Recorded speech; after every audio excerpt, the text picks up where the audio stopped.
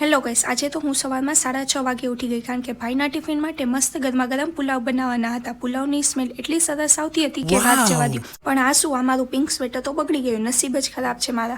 પછી મેં હિંમત કરીને ઠંડા પાણીએ સ્નાન કર્યું, હેરવોશ કર્યા. પછી હું એવી લાગતી હતી કે તમે જુઓ જાણે કોઈ હોરર ફિલ્મની હિરોઈન ન હો. હા, આ લુક જોઈને ડરી ન જતા. આ તો બસ શિયાળાની એક સવારની અસર છે. પછી સીરમ લગાડ્યો અને હેર કોમ્બ કરી લીધા સરખા. પછી વારો આવ્યો સ્કિન કેર કરવાનો. પહેલા રોઝ વોટર લગાડ્યું અને પછી મારું સિરામાઇડ મોચી ટોનર લગાડ્યું. પછી વારો આવ્યું મોઇશ્ચરાઇઝર લગાડવાનો. પણ આ એક હેર ફોરહેડ ઉપર ખબર નહીં કેમ વચ્ચે આવતો હોય છે, જાણે એને પણ મોઇશ્ચરાઇઝર લગાડવું હોય. અને હા, સનસ્ક્રીન લગાવવાનું તો બિલકુલ ના ભૂલાય. જો કે હાથ એટલા લપસતા હતા કે સનસ્ક્રીન કાઢવામાં જ આખો દિવસ જતો રહ્યો હોય એવું લાગ્યું. પછી મને ઠંડી લાગી એટલે બાલ્કનીમાં તડકો ખાવા ગઈ. પણ આ શું, પવન એટલો હતો કે મારા વાળ સાવ વેરવિખેર થઈ ગયા. પછી છેલ્લે કંટાળીને મને એમ થયું કે લાવને થોડોક નેલ્સને મેકઓવર આપી દઉં.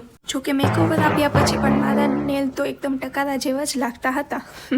સાંજે ફરીથી જાણે માસ્ટર શેફ બની હોય એવી રીતે બટેટાનું શાક અને મસ્ત ભાખરી બનાવી લીધી. તો આવો રહ્યો મારો કાલનો દિવસ. Okay, by.